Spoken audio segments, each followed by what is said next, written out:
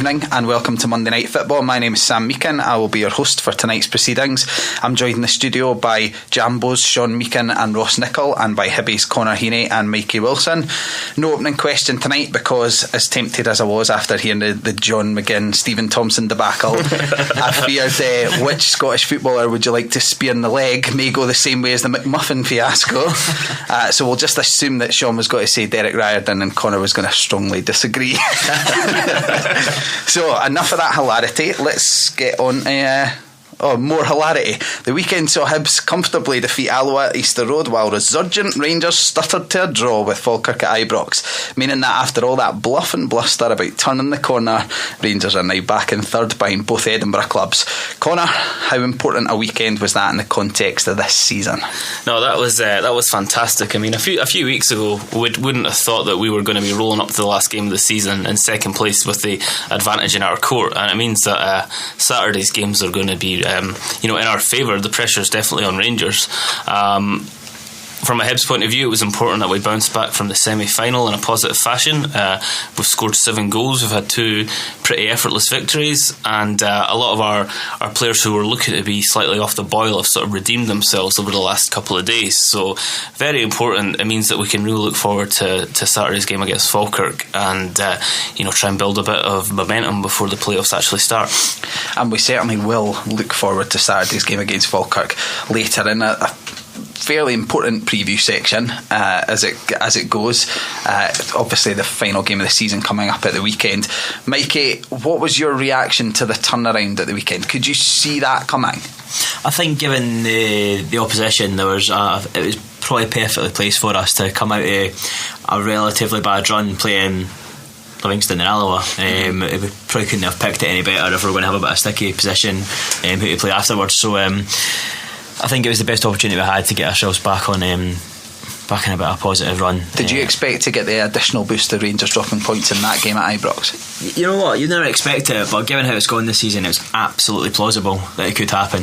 I didn't necessarily expect to see them 2-0 down and then to show some sort of guts and get a 2-2 draw, but given how things have gone this season, and Falkirk's actually a pretty good record against the sides above them, it was quite a realistic expectation that they could drop points, but I didn't actually see them doing it. I thought they would win, but it was quite pleasant to see them not. Okay, let's talk about the way that Hibs actually regained second place then. All in all, Connor, a fairly comfortable victory, we have to say. Yeah, definitely. I mean, the Livingston game, probably not the sort of the best football of the two, but a pretty comfortable night all round. Good to see a sort of variety of scorers getting on the board, and also good to see that we can still win comfortably without Scott Allen, who was suspended, but it was actually quite a timely suspension. It gave us a bit of squad rotation, give him a bit of a break after his exploits at Hampden the weekend before. The Livingston game probably wasn't one of our better performances of the season, but there was a lot of positives to take from it. Once more, scoring very, very soon after conceding, which we've done a couple of times against Livingston now. The likes of Malonga getting back on a score sheet, Cummings again scoring quite a persistent goal for the second. These will add up to quite positive moments to take into the running. And I also think that Martin Boyle on Wednesday had another excellent game alongside Fraser Fivey. Fivey was an important player without Allen in the middle of the park. Okay, and moving on to Saturday, Mikey, more of the same, really? Yeah, I think they're able to, given a wee bit of confidence back from Wednesday, I think a bit more gung-ho. Boyle played further forward, like a third striker almost. A lot of rotation between him and Malonga and Cummings. And I think that, they continue further on. So if Allen came back into it and was just creating chances, getting at will almost. Again, we've been guilty of missing a few opportunities on Saturday, like we have it for much of the season. We've just been fortunate we're up against opposition that didn't really sort of harm us. But no, like a strong performance. Again, a few guys got some minutes in that had been needing it. Liam Craig came out and had an excellent game. Changed it up a little bit. So all positives to take from it. Probably moderate concern at the nature of the goal we conceded, which is becoming slightly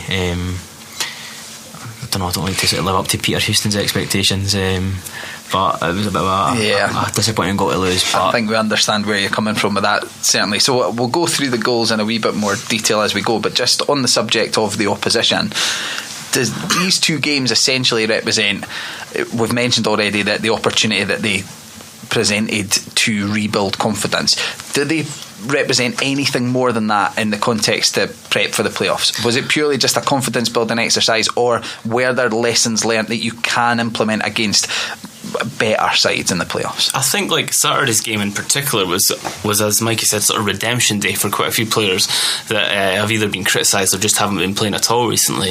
I thought had Danny Handling scored when he came on, that would have completed the trio, because between him and Liam Craig and Malonga once more, Malonga had a fantastic game on Saturday. There was a few players that had been criticised or looked a bit suspicious over the last few weeks, and that is going to be really important, because we've potentially got a lot of games ahead of us. It's going to be important to have players in the squad that we can pull out and bring on for good performances. Other than that, I mean, both teams are pretty weak, and Livingston obviously didn't help themselves by getting a man sent off in the first half, which just sort of deadened any hope that they had. Alloa as well, they looked a bit forlorn. But we have to remember that it wasn't too long ago that Rangers had the same run of fixtures and dropped 4 points against both sides, including Alloa at home. So, I mean, there's heart to be taken from that, and it was Saturday in particular was just an enjoyable game, I think, for fans and players alike. I mean, the players looked to be enjoying themselves, and they looked to be performing quite creatively. As I said, it was just great to see Liam Craig playing football and enjoying. He was getting quite a warm reception from the fans, which we haven't seen at all year. But just shortly before he scored, and then during his goal celebration, he was getting he was getting a lot of applause, and he was possibly not a contender for man of the match, because that's clearly Scott Allen on Saturday. But it's just good to see the strength and depth, and that on Saturday we changed things up a bit. No McGeoch, no Fivey, and that we could still perform to a high level. So all in all, I'd say mostly a confidence booster, because obviously the teams that we're going to play in the next few weeks are going to be a lot stiffer test than the bottom two. But even still, the momentum, I think, is as important as anything else. Mikey, is it also important to remember that both of these teams, poor though they may be, and I think we can all accept that teams struggling at the bottom of the championship, they are pretty poor quality opposition. However, they did have massive incentives going into those games. They are scrapping for their lives at the bottom of the division, and in actual fact, they've never really, in either game, the opposition, I don't think at very many occasions actually resembled that kind of team. That image you have in your team as a team scrapping for every ball, and I don't think it was through lack of trying on their part, but maybe just a hint that Hibs have now learned how to manage games and keep the ball when they need to and grind opposition down and then sucker punch them. Is that how you saw it? Yeah, absolutely. I think we've more or less got out of the habit of dropping silly points against these sides, like we did in the sort of first quarter of the season, that first round of matches. And you've got to give a lot of credit to the side that they kind of nullified the possibility that they could turn it into a slog and turn it into a scrap.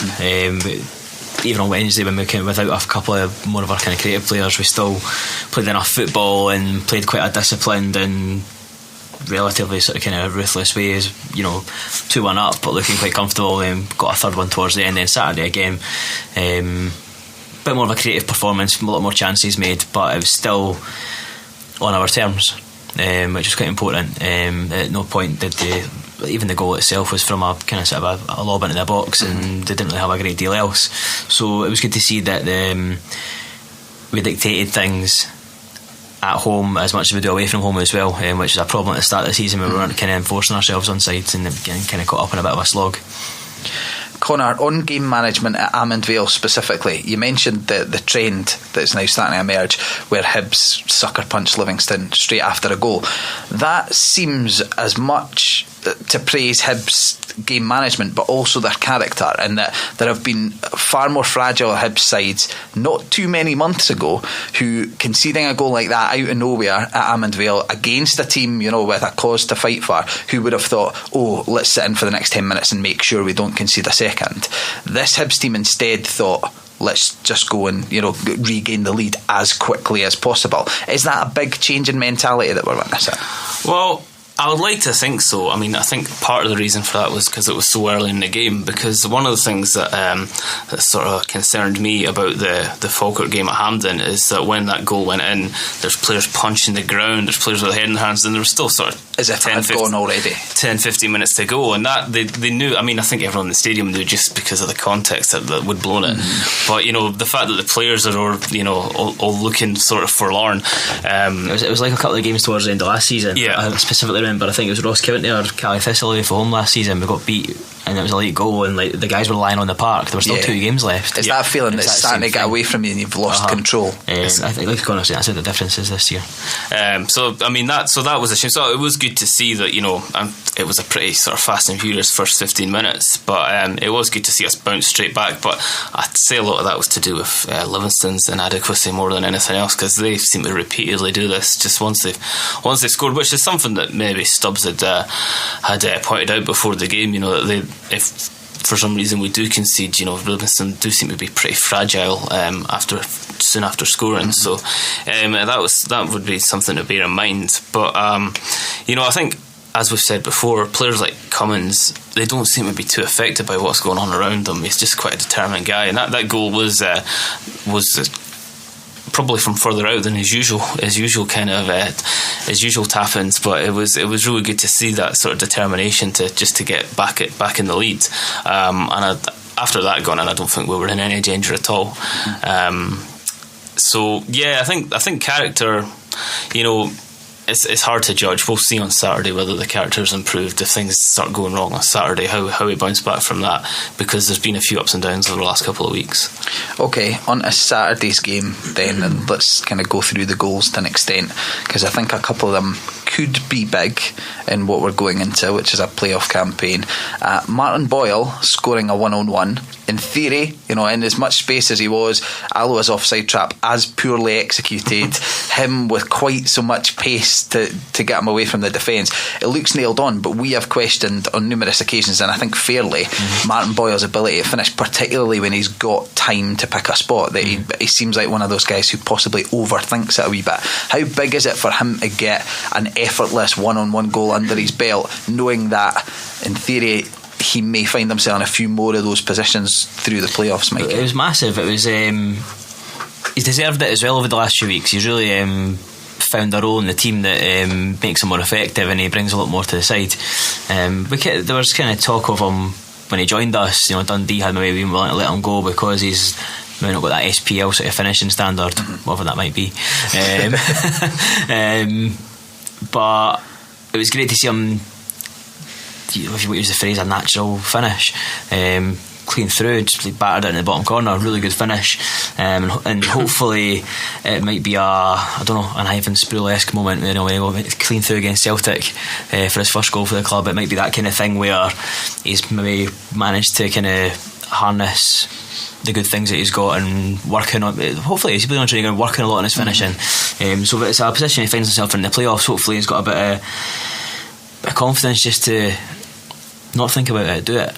He's done it now, and fingers crossed it brings us a wee bit more success in the next few games. I suppose there may actually be a benefit, Connor, to Martin Boyle playing where he is more out on the wing, and that in theory he is more likely to find himself in a specific type of goal scoring position, whereas playing up front you can find yourself 1-on-1 coming from any angle. You've got to have a number of different finishes in your repertoire. You see top level strikers, you sometimes see as they evolve, and you see them try a dink finish for once, and then that becomes their goal for the next 6 months, because they add these things to their game, and once they become comfortable with them they do them all the time. Martin Boyle maybe doesn't have that kind of repertoire of finishes, but if you've got him in the right channel and he's always getting 1-on-1 the same position, if he can master that shot across the keeper, then instantly exactly. He's got goals. He's got the monkey off his back. He's got a bit of composure.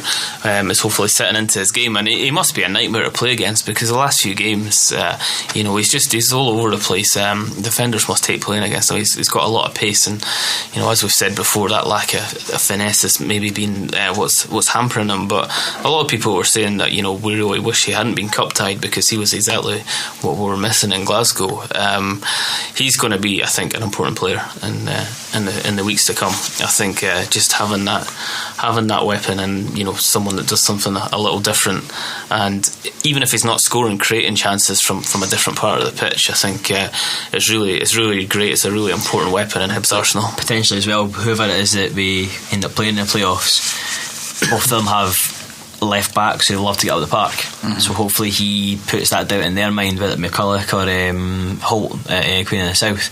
Both of them love to bomb on. If he is standing there, they know that he's quicker than them, and it might just stop them from being quite so productive, especially Wallace when he got the free rein of the park the last time we played at Easter Road. So hopefully that's a reason that he stays in the side as well.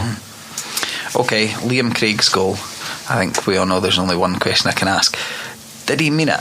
It looks strange on the replays. I was right behind him, like that's where I sit, it's just right behind where he took the shot, and it looked to me intentional, because he said, afterwards he kind of admitted it wasn't really a shot. He said that he was aiming for that sort of area in front of the goal line, but it must be a very misplay, because he's not even looking at any of the other players, and there's nobody in the box at the point. It's a rocket, it's struck like a shot, but you just don't expect a shot from that position, because in theory the keeper should have that covered, but it flies past them. To me it looked intentional, and sort of people were questioning it afterwards, and even sort of Stubbs and Craig himself was kind of been a bit sort of bit circumspect about it, but I think it was, to me it looked intentional. I think you should be claiming it. I think you should get grabbing onto that glory. For once in the history of the show, we will give Liam Craig the benefit of the doubt. Well, I thought it was funny when I listened to it last week, than most on this show. And last week when I posted that question and said, does Liam Craig still have a place in the squad, and it was kind of dismissed by Mr. Leach. He said absolutely not, which I was I had a wry smile on my face when he appeared on Saturday, because I thought Liam Craig had a brilliant game. I do think there's a place for him. He does offer something a little different in midfield, and I think he could also be an important player. And just scoring goals like that, he does have that in his back pocket as well, being able to pull from set pieces or just from out of nowhere like he did on Saturday. Okay, speaking of people who have possibly earned the benefit of the doubt, Dominic Malonga, has he now two game two goal Malonga, has he now recovered from his Derby blip, shall we call it? In some people's eyes, no. But then will he ever recover in those people's eyes? I don't know, because they've probably the same people that have been pasting him since he joined us, because he doesn't work hard enough and he doesn't look interested enough, and he's on a Scottish laddie. Exactly, but he's scored 15-16 goals this season, so yeah, he's a striker. He's been out for a while and he's joined us late. That's pretty impressive. Started us late. He went, obviously he was in Africa for a month. He came back and was a bit sort of slow to come. So he's been absolutely happy with his contribution. He's the 5th top scorer in the league.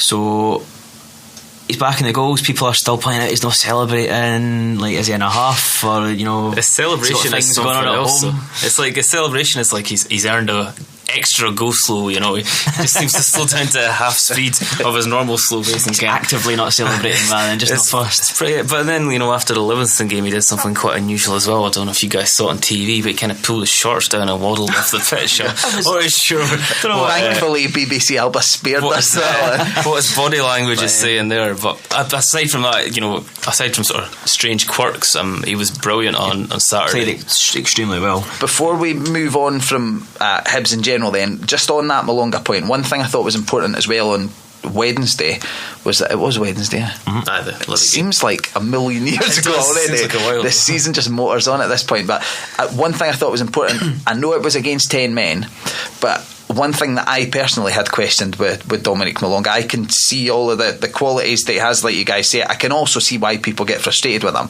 but one thing I thought he would never be, because of the type of player he is and his languid style, I didn't think he would ever be an impact player. I know, as I say, there was a spare man, but he did come on and he did make a difference off the bench. He seemed to pick the speed of the game up a wee bit quicker, and he then hit the sucker punch goal that killed the game off. Going into the playoffs, where you're likely going to have to rotate the squad, even if it is only over the 4 games, you're still not going to want one striker playing every single game. That's important, that he can come on for 20-25 minutes and not look as out of place and off the pace as he did in the derby, isn't it? Yeah, absolutely. I think he likes to he likes to play in an area of the park that not many of other strikers do. He likes to sort of drop a little bit deeper, a little bit out to the wide areas, and it could be that if he comes on as a sub, those parts of the park might become open for him to do some damage. I think he's probably more likely to come onto the park if we're leading a match, where the full-backs are maybe further up the park for the opposition, and he can move into those spaces in the full-back areas. But I think he's at the moment he's not going to get dropped. He's scored 2 goals in 2 games, so the position is his, so it'd be unusual if he found himself on the bench. Maybe Cummings is more likely to drop out with the number of games he's played. But again, the options that we've got that we didn't have for so much of the season's really good, and he's come back to a bit of form just at the right time, and we're getting a bit kind of concerned that he hadn't scored in a while, and it played particularly well. Now he's scored 2 goals, played really well at the weekend, so all bodes well. Not just that, but like his assist as well for Cummins' goals. But also I was watching sort of off the ball on Saturday, and the sort of camaraderie between those two seems to improve quite a bit between him and Scott Allen as well. They sort of chatting after maybe a move hasn't worked out right or something, patting each other on the back and things, and that's good to see too, just a team gelling quite nicely, where maybe in the past that's been a concern that he's not quite he's not quite bonding with his fellow strikers. So again, another positive. Okay, well that rounds off our Hibs review of the past 2 fixtures. We're going to go a couple of ads, and then we will come back with a review of Hearts Cowdenbeath at beautiful sunny Central Park, and then we'll preview the final week of the final weekend of the season as well. One small point, because it's championship related and distantly Hearts related. Grant Murray has been sacked after 3 years in charge at Wraith Rovers, so that's a story that's just broken in the last couple of hours. He's a regular around these parts. I think he actually stays in Musselburgh, Grant Murray, so he may be seen in Costa Coffee by him soon to be sister-in-law a wee bit more often now, unfortunately. Hopefully he'll get back into work very soon, but so Wraith Rovers are on the lookout. We can start the sweepstake now for who gets that job. Not Terry Butcher, because he's on the way to Newport County. Poor soul. Finally found his level. Okay, we're going to go a couple of ads, and we will be back shortly for more Monday Night Football on Radio Saltire. Thank you for staying tuned to Monday Night Football on Radio Saltire. We have some news for you before we progress on to the Hearts match report from Cowdenbeath. Firstly, get in touch with us on the normal social networking: Facebook, Monday Night Football, and Twitter at MN Football. But we will also have a different place to shill come next week, because we've got our official website on the go. We're building it as we speak, so it will be launched over the next couple of days, I hope tomorrow night. So if you're listening on the podcast, say Tuesday night around about 7 o'clock when the podcast's first made available, then I hope that if you go to mondaynightfootball.com on your internet browser of choice, then you will find our brand spanking new website. If not, then you'll find the entrances to Tynecastle and Easter Road, and you'll just be in an infinite loop. You're banned from the football banning order in place. You will never get in until I make that available. But yeah, get yourself over to mondaynightfootball.com and see what we've got to offer there. There's links to all of our social networking there. There's all the past shows, and there's a wee forum on there that's sort of just about ready to be used, so you can let us know what you think of the shows there. So let's move on to Hearts 2, Cowdenbeath 1.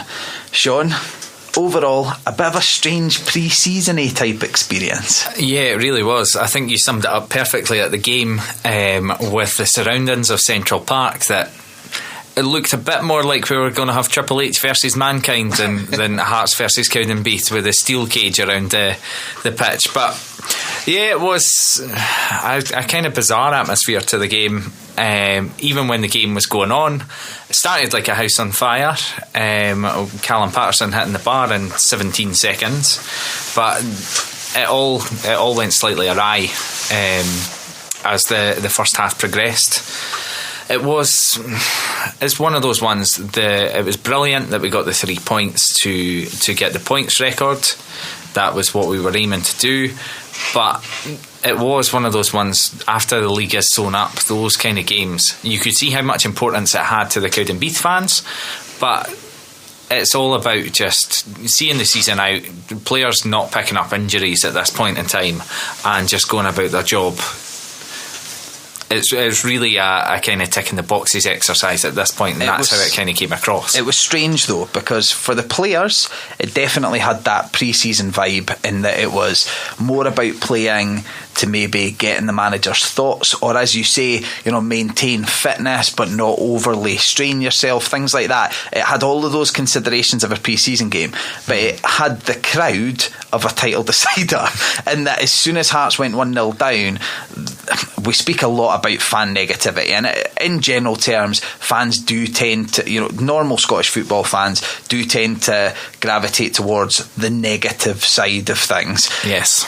But there were a few people who seemed particularly animated at Caidenbeath. Now that can always be affected by where you stand at the game. Definitely, because there was one person in front of us who I didn't think had ever cracked a smile in his entire life. But it literally, it was a strange juxtaposition between the situation where the players were kind of calm and wanted to win the game clearly, as you could see with the celebrations at the penalty at the end, but it wasn't life or death. Whereas there were some supporters who were really, this game was of vital importance. Was that because of the 90-point thing? No, I don't think so. I think it's more the results against Rangers and Hibs in the past couple of weeks, and everyone's looking for the Hearts getting back to form, which, as we've said already, the Hearts have done their job for this season, and as much as we want them to still keep winning, it isn't life or death at this point.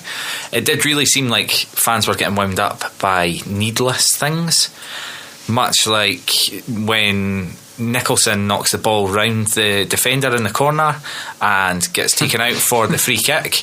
Their player is clearly injured. It reminded me of two things. Firstly, it reminded me of John O'Neill when he broke his collarbone in the Edinburgh Derby, when he's clattered into the advertising hoarding. The guy was carrying himself much like that, holding onto his shoulder the whole time. His left leg from about halfway down the shin onwards was still on the park. The rest of him's off the park, and I thought someone was going to run on the pitch and shed blood. Like the venom that was coming through some people, he's off the pitch, got on with the game. When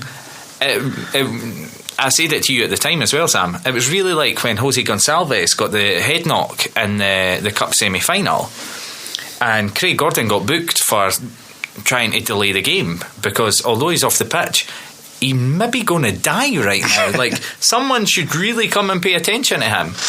And for as we've said, a match where it doesn't mean that much to Hearts, people were getting irate over it, and it was entirely pointless. And we saw it. Their player had to go off. He clearly had some significant damage done. It was a strange thing, that, because you're right, and as fans who had paid money for the game, yes, it is holding up the restart of the game, but at a certain point, sportsmanship comes in, and you think it's 1-1, it's not a game of vital importance.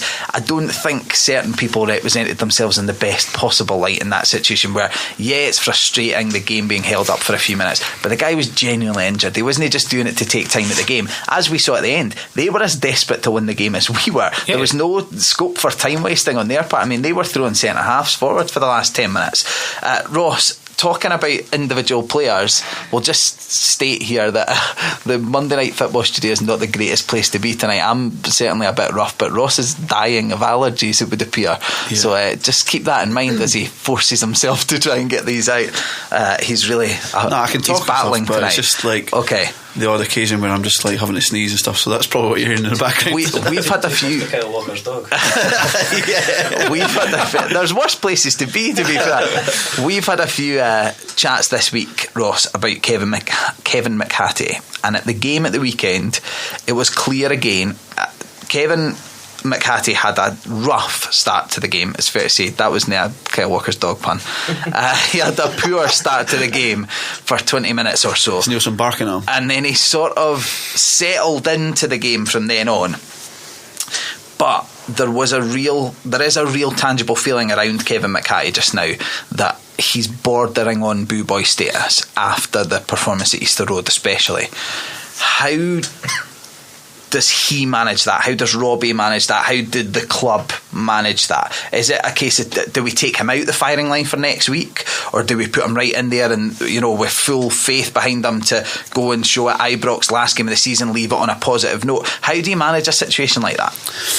Well, there's something that could save the whole situation in terms of how Robbie Neilson treats it, is that Eckersley is on his way, so a left back will be brought in anyway, so it's not going to be a situation where McHattie kind of feels like, I'm going to be replaced here indefinitely, and I'm going to be second choice right back. We're bringing in a left back, and we're going to try and bring in the best left back that we can. Whether that affects McHattie's position in the team, obviously we'll have to wait till next season. I still think that Neilson will keep going with McHattie. The trust that he put in him, going left centre half when we had the three at the back, shows exactly that he thinks he's mobile enough to do, you know, that kind of job. And down the left flank, I mean, you guys know my opinion that I think we should try him at left midfield as well when we're not having two wingers. At this moment of the season, it's hard to, you know, judge him as a person and him as a, you know, how he reacts to difficult situations. If we were, say, in his position right now and McHattie was playing the way he was, I'd be saying, nah, get him out of the team. But fortunately we're champions, and he's coming off a bad injury, so I think we should proceed playing him, keep him in the team, not bother with the youngsters just as of yet, and see what happens in the summer. I certainly agree in terms of the context of it, Sean, that we should be playing him, in terms of let him play his way into form. But there is a danger that he's doing more, you know, he's doing further harm to his reputation by playing badly at the moment. Yeah, definitely. I think, to be honest, I think part of why he's not playing as well as he was at the start of the season isn't necessarily even down to him. I think Kevin McHattie coming off pre-season, where he has clearly worked incredibly hard during pre-season, we saw a new Kevin McHattie, a faster Kevin McHattie, a better Kevin McHattie this season than we had previously, and I think that injury's just undone a lot of that work. You've seen it even looking at the Premier League. Daniel Sturridge coming back from the injury, the long layoff he's had, hasn't been close to the Daniel Sturridge that was there before that. Players can benefit from just taking that time off and just getting a full pre-season again. So I definitely agree that he should be getting some time on the pitch to try and either regain confidence or just get a feel back for the game. He definitely is showing he's not got any fear from the injury. We saw that when he put in the tackle on Nadi against Wraith. Half the players on the pitch wouldn't have went in for that tackle, and yet he came straight back from an injury and went in for that. So there's no fear of recurring the injury. There's something that's not quite there. I think a lot of it is physically. As I said, he gained a lot of speed over pre-season, so if he's not got that same yard, he always showed previously he's brilliant with a slide tackle, but he doesn't even seem to be getting in the position for making those. So if we can get him more embedded in the team and the team atmosphere, and then get a good pre-season under him, I think we'll see a much better Kevin McHattie next season as well. Okay, as we say, it's fairly difficult to take anything hugely useful from these Hearts games, because they are kind of weird end of season filler now, especially the games against, you know, the smaller clubs such as Cowdenbeath. So you know, you're seeing Kenny Anderson getting more game time, you're seeing Jordan McGee back in the team, but it's difficult really. Even Osman Sow being used at left midfield, it's experimental, but it's difficult really to say whether it worked or not, because if it did work, then yeah, but it only worked against Cowdenbeath, and if it, you know, didn't work on Saturday, well, that might be because everyone's playing at 70%, so in theory, you know, at 100 it might work better. So it's actually, I do think it's a difficult situation for Robbie Neilson to try and manage and try and learn from. On the Brad Mackay one, obviously Danny Wilson was suspended. Mackay came in on the basis that we played McGee at right back and utilised Callum Patterson up front. But it's strange to see Mackay playing again, because it did seem like he had said his goodbyes against Alloa. Obviously this time he got to say his goodbyes with a goal. Ross, was that a nice touch for you? Yeah, it was for me. The way he's kind of leaving is unfortunate, that it's to do with his ability rather than, you know, it's a very rare occasion now where it's not scandal when someone's leaving. You know, the whole Danny Wilson situation is one of these things where it got brought up and everyone's talking about, oh, he's going to Celtic, and He's another Andy Webster, etc. And we'll talk about Andy Webster later. We may. But in terms of Mikey going, it was a nice touch. I maybe would have wanted Neil Alexander, but again, obviously he's not going to take the penalty, is he? Why wasn't he playing? Although I think he could do a job at centre half. It's only his fingers that are up. That's true. Yeah, so that was all of our outfield players are now scored. So it is a funny one with Brad Mackay as well, though, because we had spoken before. I know I don't know if we've spoken about it on the show, but we had spoken away from here about that idea of, do you let Alexander take a penalty as the season goes on? If you get a penalty, do you let him take it, just for that idea of getting everyone to score? And obviously Mackay's kind of been forgotten about because he's drifted out and we know he's leaving and that kind of thing. And I do think there was an element of the Alexander chat had been dismissed previously because it's really disrespectful. You can't get your keeper to take a pen. And as much as you say, Rangers would be good though. As much as you say keepers do it in Germany, it's like, but Alexander's not German, so it doesn't really count. But the thing with Brad Mackay is I do actually think, from an outsider's perspective, that could have looked the same. And El Hasnaoui picked the ball up, who's a striker on the park, and then they take the ball off him and they give it to Brad Mackay, and you're like, this is ripping it. But what no one knows from an outside perspective is that Brad Mackay's taken 3 penalties recently for the under-20s, including a last minute winner, I think, against Hibs. Yes. When the pressure was really on. So he is actually a penalty taker. But given that's his first goal for the first team, it did look a wee bit one of those disrespectful end of season penalties.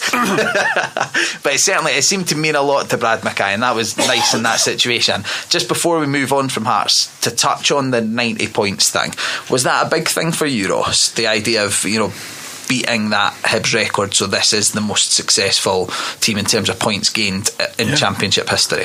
As a football fan, it kind of caters to that side of you that you've done more points, you've gained more points than your rivals, and to say that we weren't aiming for that. Some kind of people might have said the opposite. We played a second string team, or we're replacing certain positions with different players. We're still wanting those 90 points, and now we've got them. We're over the finish line in terms of that target. We're not going to get the 100 goals, but who says? Yeah, well, and that, and Neil Alexander taking. You never know. Steve Simonson might have money on it. 6-0. So yeah.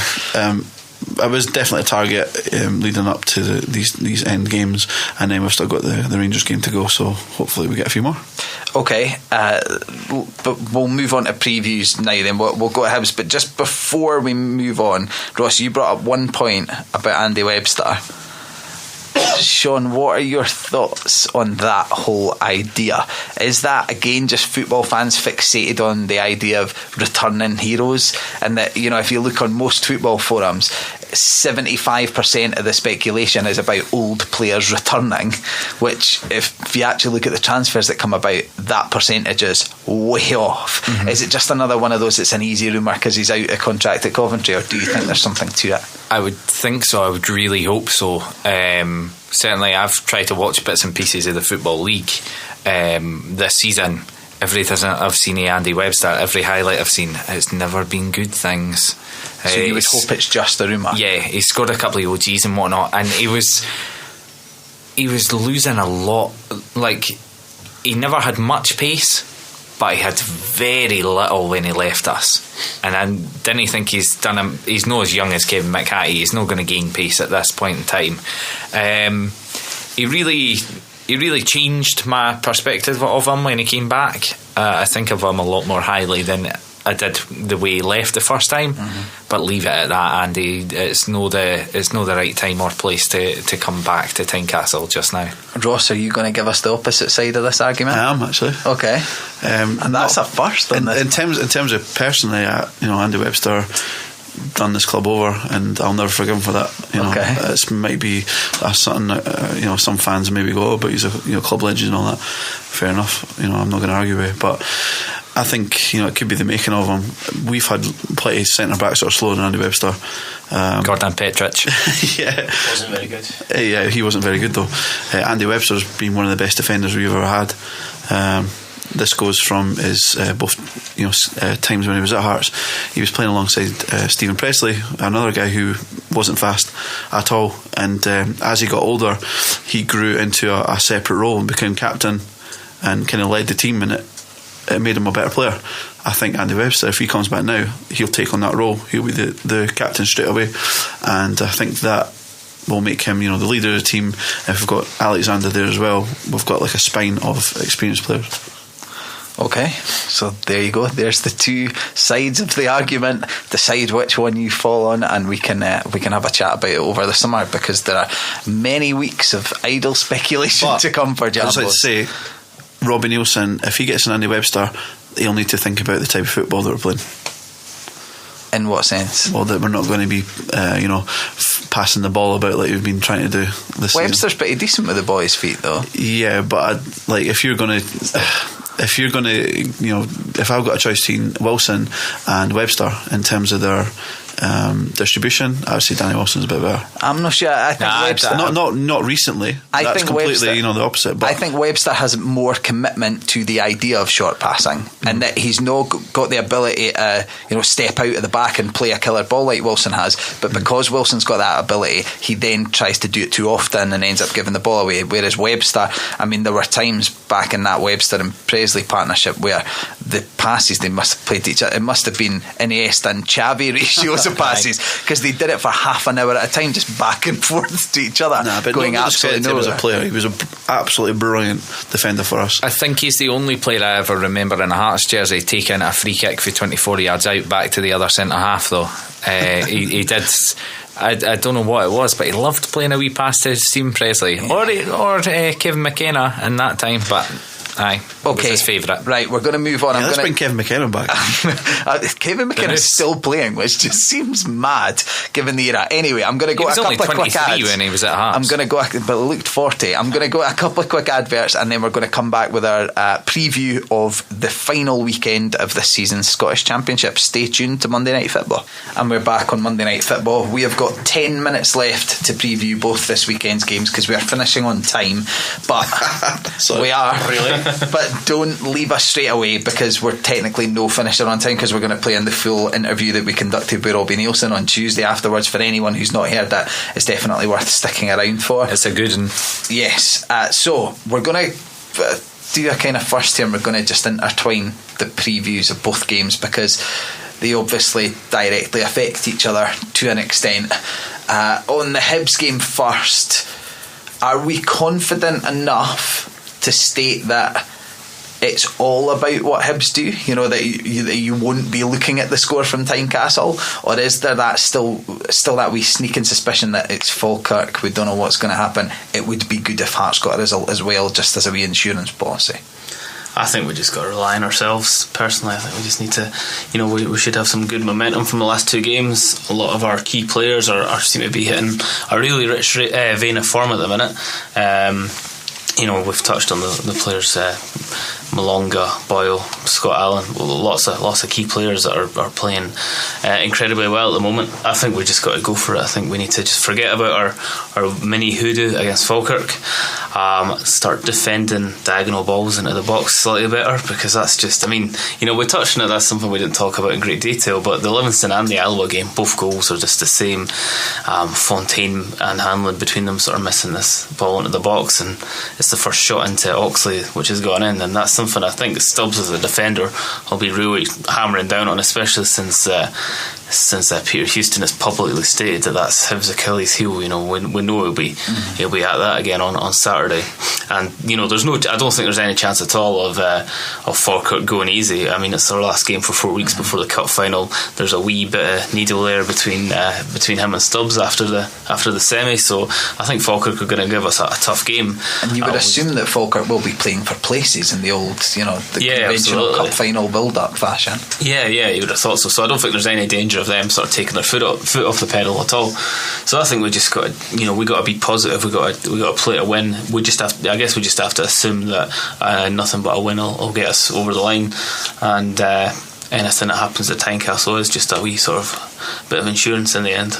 Mikey, Connor said Hibs just have to forget the hoodoo that Falkirk seem to have over them. Is that easier said than done?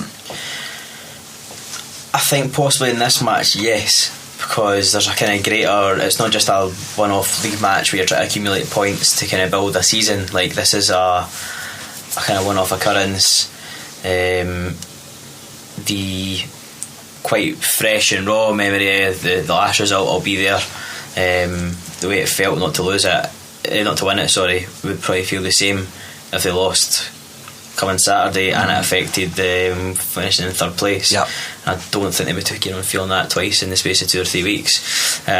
So I do feel as though there's a particular like your level of determination, particularly as they probably think they got absolutely robbed in that semi-final as well. Like, we absolutely hammered them. I think they'll have a point to prove. They'll not want to go through the season having not beaten Falkirk yet finishing quite comfortably ahead of them in the league. So I think a lot of guys with a lot to prove, especially like talking about how Falkirk playing for cup final places. These guys are playing for places in the playoff side regardless of who we're playing. So I think it's particularly important that we go out with a good attitude and get the job done and not rely on whatever's going on between Hearts and Rangers. Okay, 2 questions as we kind of transition between the 2 games that I want to open up to the whole panel. Firstly, on the question of Hibs' susceptibility to goals from cross balls, is there a concern here? And this is, you know, as we do as football fans, this is maybe completely overestimating the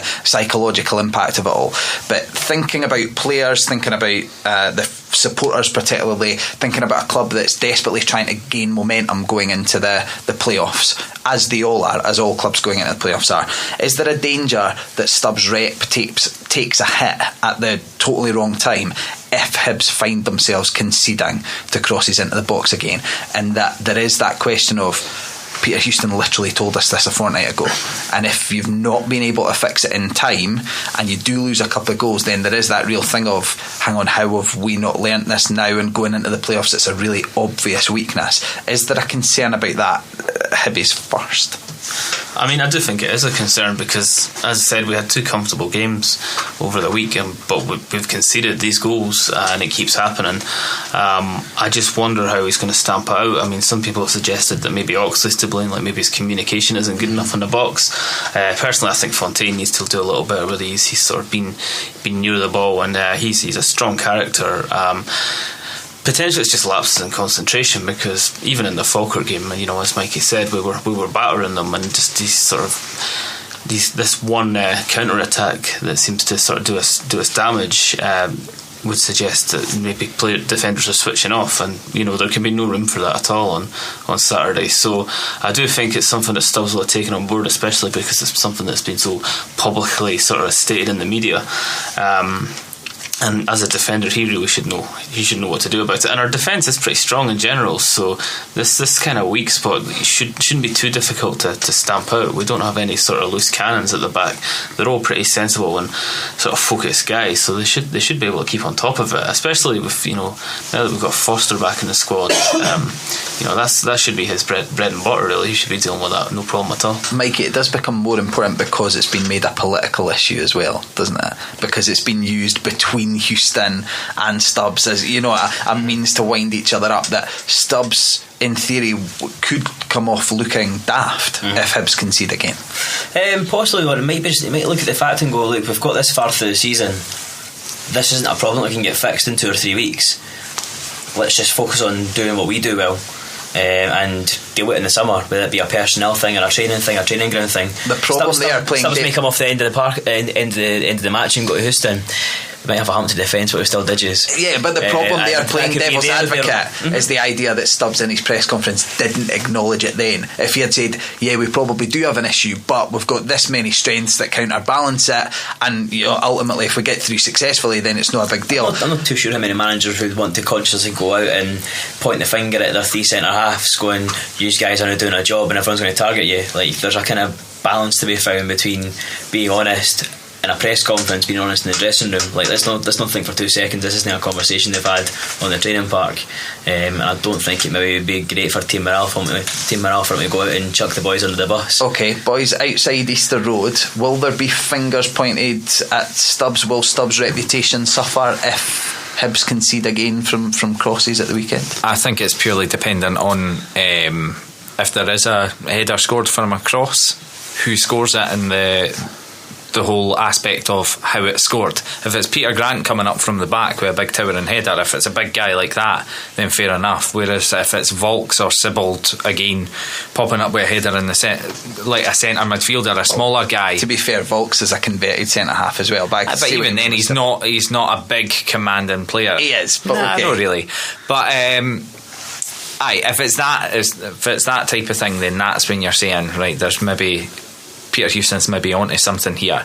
I agree with Connor's point there, although he never necessarily made it. I would point fingers at Mark Oxley.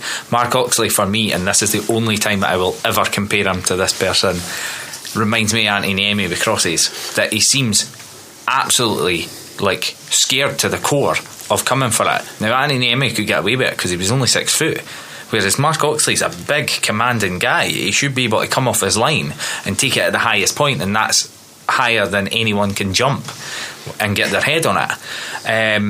He really, even if he's not coming for it though, he really needs to tell the defenders who's behind him and what's going on. That's where a goalkeeper can make a massive difference for crosses, and that's where Hibs are finding their weakness just now. Okay, final question on the overall Hibs situation then, as we wrap up this evening's proceedings. How important is second place? I think it's pretty important, mostly because of the team that's finished fourth. I think Queen of the South are going to be a really tough game for whoever finishes third, and I wouldn't really be surprised to see them in the second round of fixtures, because they've given us some problems. They've given Rangers a lot of problems, and they're a tough team. And it's not just the inconvenience of an extra 2 fixtures. That could be Hibs or Rangers out of the first hurdle, because Queen of the South are good, and maybe over 2 legs, we would be able to sort of overcome any problems they've shown us. But I think the main reason to finish second is to avoid that first round of games against Queen of the South, because they are going to be a tough proposition. Okay, right, let's do a quick round up then. Before we will talk a wee bit about Hearts getting the trophy before we wrap up, but just finally on that Hibs game, will Hibs finish second, and if so, how are the results going to go? Very quickly from round the table, Ross, will they finish second, and as a result of what results? I think it's going to be 2 draws, so it won't change. So Hibs will finish second. Yeah. Okay, Mikey? I think it'll finish as is. I think actually Hibs and Rangers will both win. Okay. It's one of the first times this season, other than against Hibs, that I've predicted Hearts would lose. Okay. Connor? I think Hibs are going to win, and it's going to nullify, no matter how much endless extra time is added to the end of the game at Tynecastle, it's not going to matter. So I think Hibs are going to win, and we won't have to worry. Sean? I think Hibs are finally going to end the hoodoo and get the 3 points against Falkirk, so the result for Rangers is going to be null and void. It's not going to matter. Right, but will Rangers beat Hearts? No. Okay, right, Hearts getting presented with a trophy. Ross, Sean, obviously it's a strange situation because the game actually doesn't matter despite being positioned in the calendar. It does though. Clear. Yeah, that's what I was going to say.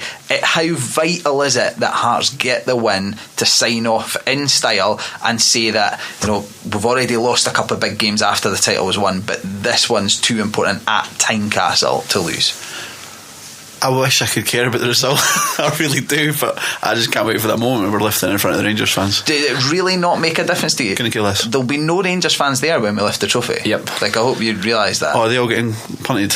No, but they'll all leave. Half an hour or so till you get the whole thing set up in that. All right, okay. They'll be allowed to leave. They'll not be them getting kept in the. That would be great. As all day on Saturday now. As payback. Oh no, that's my day ruined. As payback for all the times we were held back for 20 minutes after, we're going to hold you back 20 minutes, which just happens to coincide with our title, and then we'll hold you back 20 minutes after because we've got to leave now.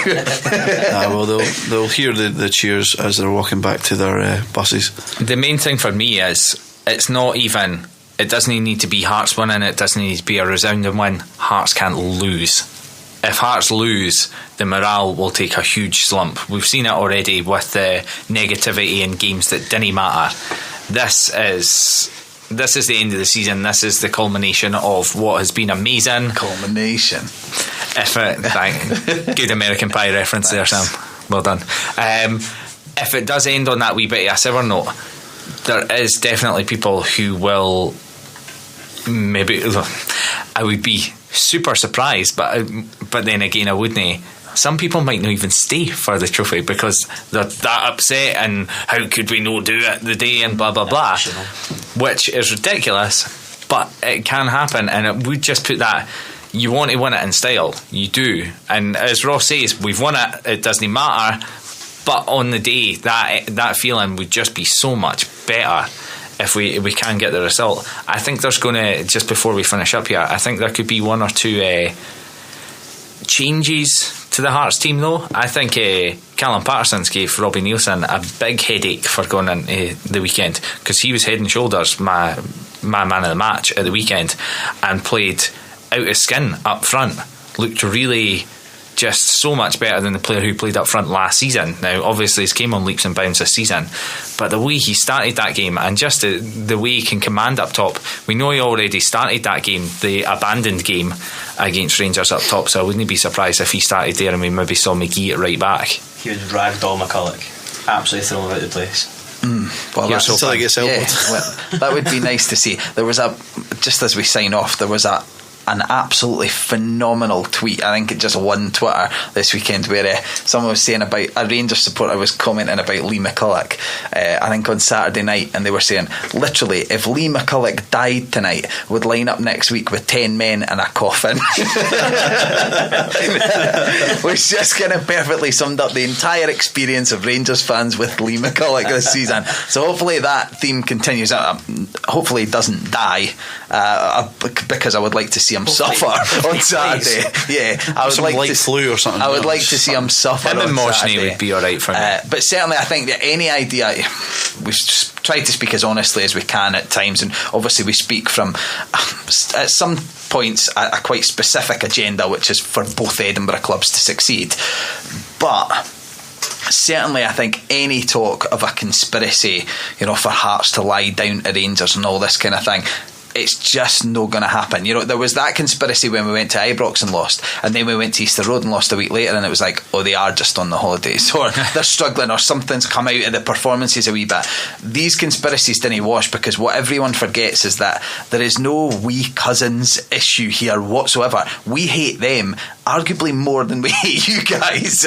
And there is that thing of that the Old Firm, ultimately when it comes down to it, we'll no be siding with you guys. It's not going to happen. So any conspiracies, I think, can be put way to the back of anyone's head. It will just be apart from the Scottish Cup, just to be clear. It'll be just come up as to whether Hearts can summon up that one last performance when ultimately the foot maybe has come off the gas a wee bit. But if there's ever going to be an incentive to do it, then it's on Saturday. And if that helps Hibs, so be it. Obviously we hope that's not the case, and that Hibs have completed their own business well and truly. What we might actually find is that synchronising the kick-off times didn't matter a jot, because Rangers will probably get about an extra 8 or 9 minutes to do what needs to be done anyway, knowing fine well what the score was in Falkirk. But with that in mind, we will leave you for another week of football, the last week of Scottish Championship football. We hope that you enjoy it. We hope that everyone has something to celebrate next Monday, when we will be back with more chat on Radio Saltaire. Stay tuned, there will be a couple of adverts, and then in its entirety you will hear our interview from Tuesday with Robbie Nielsen. Thank you very much for staying tuned to us on Radio Saltaire, and thanks for your company, guys. Cheers. Thanks.